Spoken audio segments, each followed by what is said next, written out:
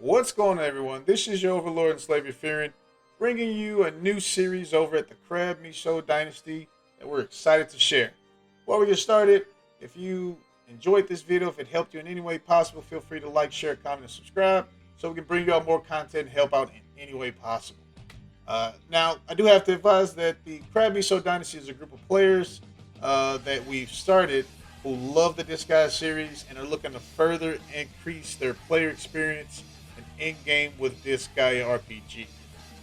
We definitely keep efficiency in mind, playtest many different possibilities, and help explain how a lot of things work through lots of trial and error. Most videos today definitely touch on general or beginner experiences of the game, but we feel that we could definitely help hit in areas that help amplify the late game journey for us. Today's video may seem similar to a few videos in the past regarding 3-star units, but we've noticed that a tier list was in order to help people understand these characters, how they feel, how they synergize perfectly with your team, and their long-term usage. This video will mainly focus on 3-star monsters, and we're going to have one in humanoids coming to follow in the near future. Uh, I would like to start with a disclaimer by saying that we are going to exclude units that increase experience, HL, drop rates, and increase mitigation. As these units, they have a completely different category and a different niche rather than what we're looking to talk about today. Today, we're going to talk about damage. We're going to talk about what kills stuff, what slays pixel, what deletes maps, the things that we all really care about at the end of the day. The majority of these units buff the team, buff themselves, have amazing counter control, just deal crazy damage for what they are. As you can see from here, we got a quick little TLDR. Let me pull it up for you. Okay, so our TLDR is we're going to rank them from D to S tier. And as you can see, there's a gap between A tier simply because we want to express that the difference between those units in the S tier are significantly higher, if not literally on par with 4-star units, as opposed to a lot of these other units. These other units are definitely going to have a lot of use if you can't find anything better, but if you can get these S-star units, then by all means get it. Also, one thing I want you to notice is that we aren't just talking about the monsters. We're talking about the avatar, in which their abilities are the best for these particular units. What's so good about this is that we're going to hit it where when these units drop, you're going to be specifically looking for their color as opposed to the unit itself, and help explain why they're so much better than the other ones. So, without further ado, let's begin. Now, first unit we're going to talk about here is the Blue and Black Bear. As you can see, the Blue and Black Bear only got one thing going for it, and that is health. Other than that, all his other stats are just terrible. Terrible stats. 6 is pretty baseline for a 3-star. We have very, very low defense, very low intelligence, very low resistance. Speed is really low. Just everything is terrible about him. He just has a lot of health. That's really all it is. And if we go down here, and again, keep in mind, the D, they're the base. So we're going to explain from them why these other units are better. So here, if you look at his skills, he doesn't provide any crowd control or anything of benefit. He has a wind attack, and that's it. If you look at his actual magic, he does have some CC down here. You're going to see sleep. You're going to see forget. Problem with these are the weaker status elements that characters provide in this game.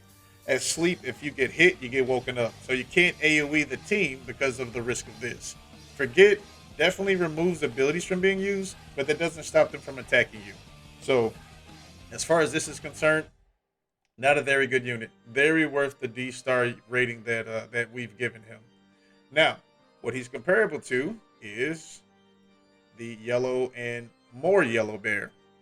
Now, with this particular bear, reason that they're different is their NE7.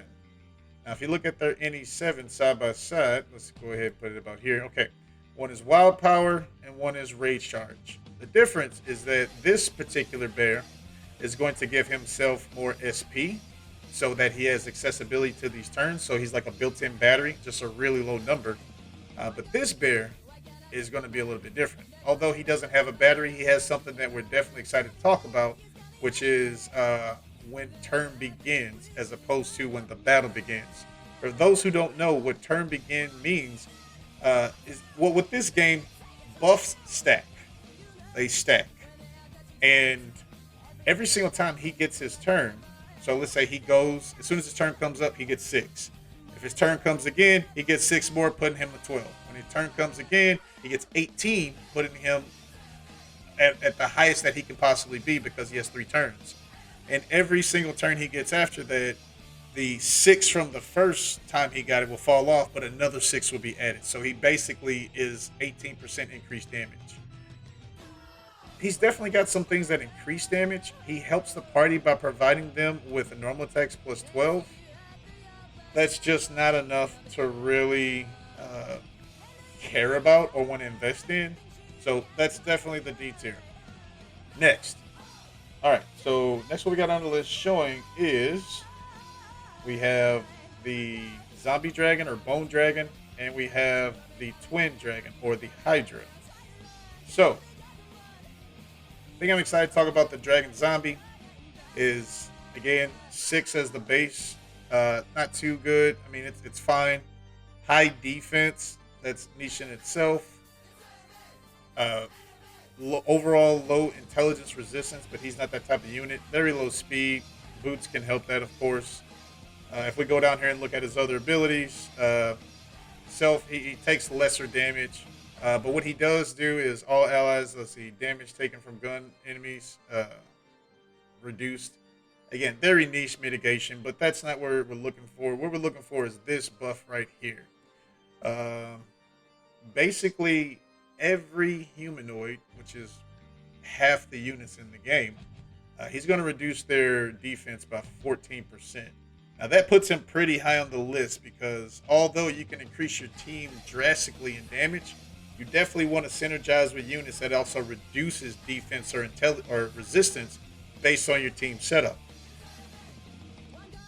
With it being set at 1 turn, the problem with this means that every single time he's alive, this will stay up. So, but if he dies, that means this buff is gone. So when it comes back to his turn or when all the enemies take their turn, the buff just falls off. And he doesn't reapply it because he's dead. So we're looking at his abilities. He does have paralysis in his NE3. Issue is that it's ridiculously expensive. More than likely you'll never use it. So he doesn't have any real CC to provide to the team. He does have poison and forget. There are a few, I should say, Overlord Tower challenges in which poison is going to help you pass it. For the most part, those challenges you can brute force. There's one challenge on floor 25 that actually says poison is the way to actually beat it. And then, of course, you have to hit and deal enough damage to finish it off. Because poison does not kill. It just puts them down to 1 HP while dealing 10% every single turn. So, not a whole lot to provide down here. Again, nothing super special, but he did make the list. And again, this is the red bone dragon that we're talking about. This is the better of those choices. Next, we're going to the twin dragon. Twin dragon made the list for a couple reasons. His attack is super low, but he has a lot of buffs that amplify his damage drastically. So it makes him somewhat comparable to other units, but at the same time, it's very situational. And it's just not worth the investment. What he actually does provide, if we actually go down and look at his actual skills, is self, attack plus 20, intelligence plus 20, self when the battle begins. Now, the way this works whenever you see when the battle begins is as soon as you go into wave 1, and he gets his turn, then it starts. So again, it's based off when he gets his turn, and then the counter is removed. If he is the slowest person on your team, then those 3 turns will remain until he gets his turn. So let's say your first few units keep clearing the waves until you get to the final wave. He finally gets his turns. He's going to have 3 turns of that buff. So I'll explain that when we actually get to the S tier, because there are 2 units I'm excited to talk about in which you have the choice in between the 2, and you can decide on how you want to run it. Now, he does have a team buff that anyone who has a belt will go up by 12%. For the most part, in in-game content, all of your units will have 1 or 2 belts. And again, it's just based off how you want to run it, or what fight you're in. But for the most part, when you want to deal more damage, belts are definitely the go-to thing. But he gets a huge increase. He's got 20% here. He's got 22% here. He's got 30% here. And he's also giving himself 12%. So he does give himself a lot of attack, but he has low base damage. So it's not the greatest increase. And he does have a decently priced paralysis ability. But again, it's just not something completely worth investing in. He does provide Braveheart. I mean, for a unit that's buffing his abilities as much as he is, for him to cast Braveheart just seems like a waste. 22 mastery in order to get to his armor break, it just seems like a long time. So that's why he made that spot. Next, let's go ahead and take a look. And we have the Floral Beast, and we have the Winged Demon. Now, these 2 are definitely a solid, really good, strong B tier. And right here with the Winged Warrior, sorry. Now, this particular Winged Warrior it's the pink one with the red eyes. They all have different colored eyes. The one with the red eyes is the one we're going to talk about. There is one that have similar abilities to him, but it has everything to do here with the NE7. One is immune to sleep, and one is immune to paralysis. You want the one immune to paralysis because this is a more devastating status element to actually run into. Now, if you look at his abilities, everything's is still just decently low. He has high resistance, so that's niche in itself. HP isn't nothing to write home about. Let's see what we got here. But what he provides to the team is really, really, really good. So here, he has a buff that's similar to Mao, just 4% less, at 8% negative defense and resistance. Again, you want to increase your team's attack, but you also want to reduce your enemy's defense and resistance, because that's actually going to help you deal a lot more damage in the overall run. Monster allies, he increases their skills damage done by skills by 10%. That is strong if you're looking to run a monster team, have a Desco, or a lot of these units that we're talking about here. He will help in that, but again, he's something that you would put on the back burner if you don't have these other units we're going to talk about coming up. What made him a solid B tier is every single ability he has something very useful. So he has poison, he has paralysis, he has forget. If you actually look at his spells, he has paralysis and sleep. He pretty much has every status element. So he is definitely a really good, strong unit if you're going to use, status elements is the route you want to go. If you go into normal mode and you want to get 3 stars on everything, you want to take this unit. He's going to fill in the category of every single one of those things that you're missing. So, with that being said, let's take a look here. Yeah, that's pretty much it. That's pretty much the only thing about him. So let's go to the Floral Demon, Floral Beast. Thing about the Floral Beast, decent HP. It's a little on the low side. Attack is low, defense low, intelligence low, resist low. Speed is decent compared to a lot of other units. So although these stats are low, what makes her really shine as the red version of her is the fact that she has mitigations inside of it. So this is the version you want to take, is the red version, because she has defensive stance, which all damage is reduced by 35%. So Although she has low stats, she's cutting everything by a good amount. So this is definitely the best choice. She also reduces her SP cost by 9%. She basically has ability that's similar to Noel's, where every turn comes by, instead of it being 6% like Noel's, it's 4%. And she increases all allies' attack and intelligence by 12% when a turn begins. So that literally means that as long as she stays alive, which shouldn't be too difficult because of her NE5 defensive stance ability, she's basically going to keep your team buffed in terms of attack and intelligence. So really strong in that aspect. Also, she has a lesser heal ability that costs about 45. With the SP cost reduction of 9%, that shouldn't make this too difficult to use. She should be able to heal your team every 2 turns, so to speak. On top of that, healing you by 4% max HP every single time a turn begins. So she's really siding those. And she has the ability to increase intelligence, which helps tremendously for your intelligence-based teams. And she also has Braveheart. So she's just an overall really good, cheap, solid unit that will help with just healing and overall support. Now, again, this is the red version of her. She's definitely the one I recommend. Next, we're going to take a look at the tier list again. And now we are to the All-Stars. The reason you see that big gap between the A tier and the S tier is because they're that damn strong. So let's go take a look. And we're going to start with the 2 stars, the Felines. So, with the Feline, we're going to talk about this one here. Base 35 attack, super strong. Super strong for a 3-star. And then here, 7 attack per level. Super good. Super good. Let's see. Very, very decent speed. All these others about 5. That's not too bad. That's common on a lot of units for defense and resistance to be about 5 or 6. Speed is about 50. We're going to talk about manipulation in a second as to why speed is important.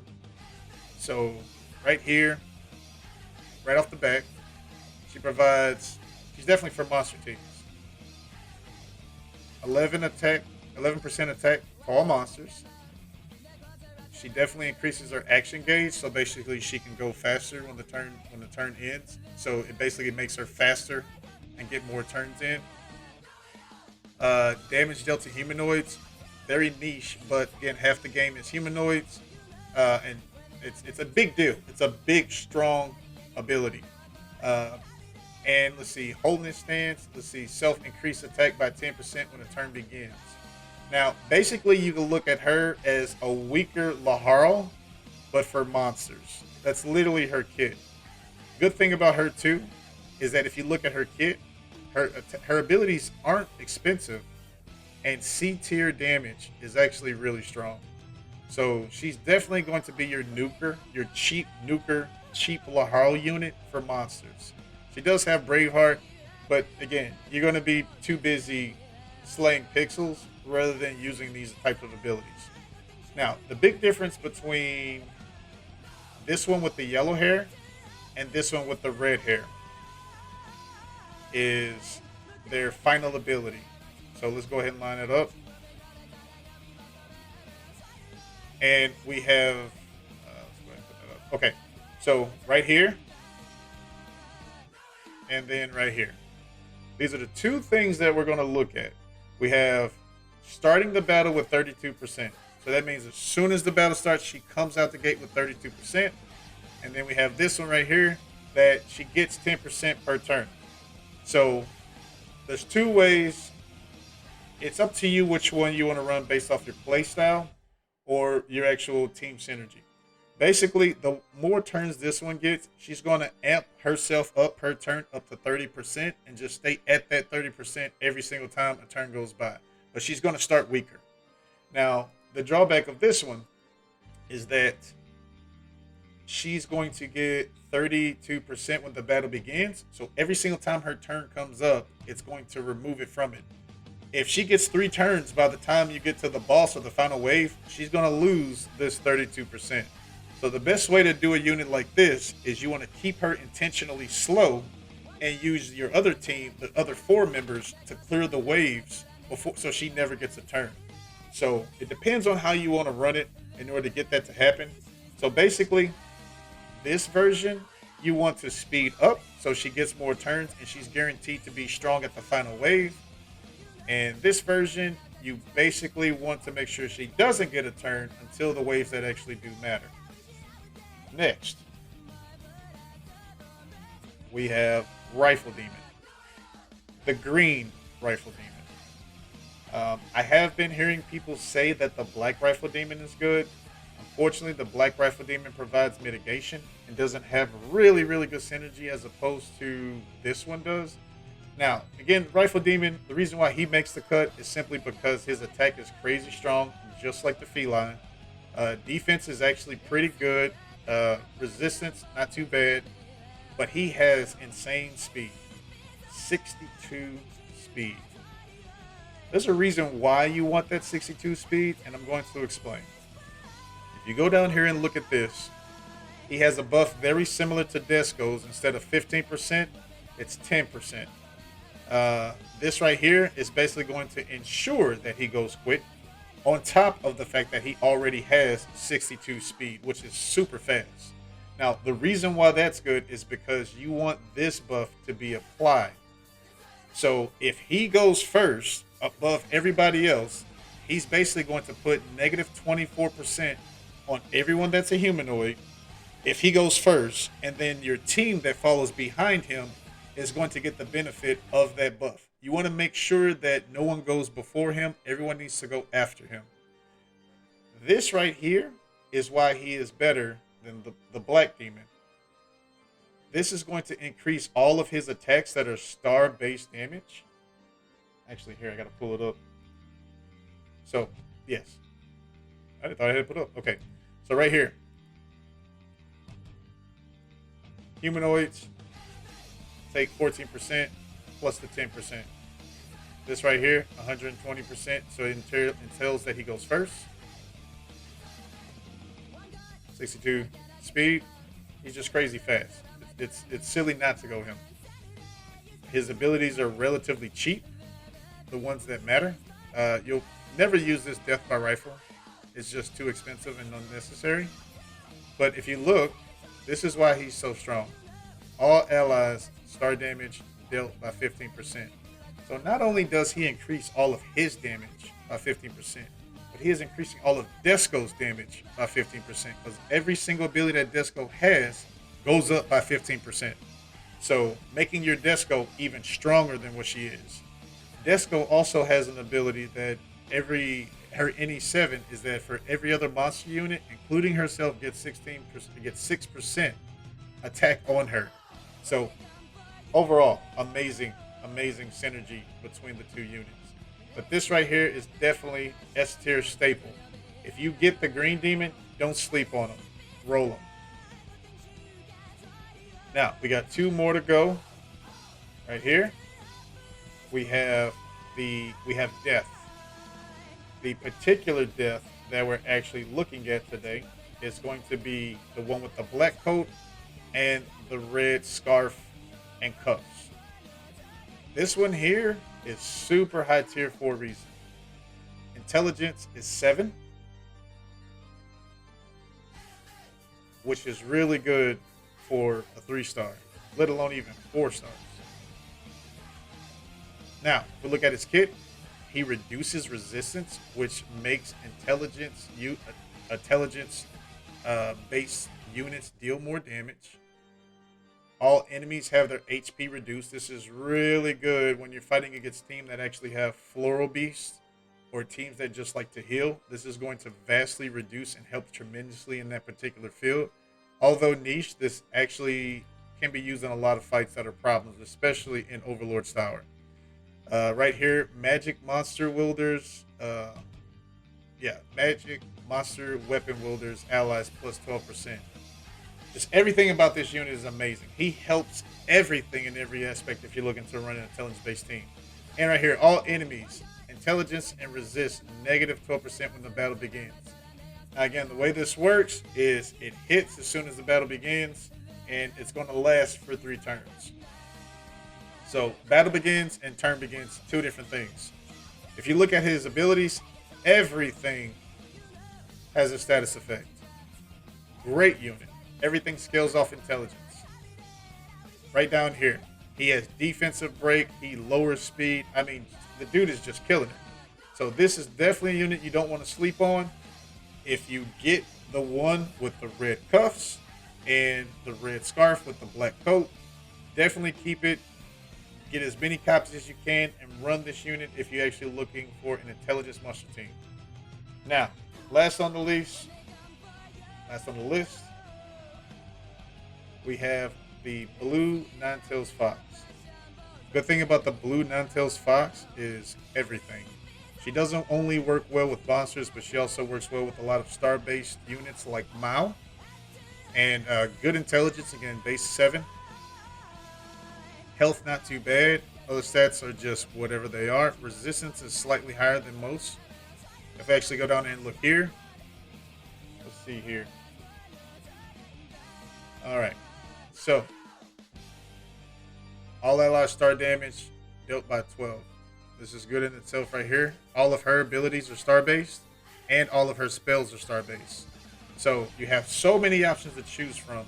And of course, you're going to choose the ones that have the lowest SP cost and the ones that actually have the highest SP to damage ratios based off the power. For her, self-intelligence about 32% when the turn begins. So this basically means when the turn begins, she's a unit that you kind of want to be a little slower than everybody else, because you don't want to waste this on earlier units. You want to make sure that you use it on turns that matter, which are the later rounds. So make sure she's one of the slower units on your team. Right here, magic damage taken. There's another one that has star damage taken reduced.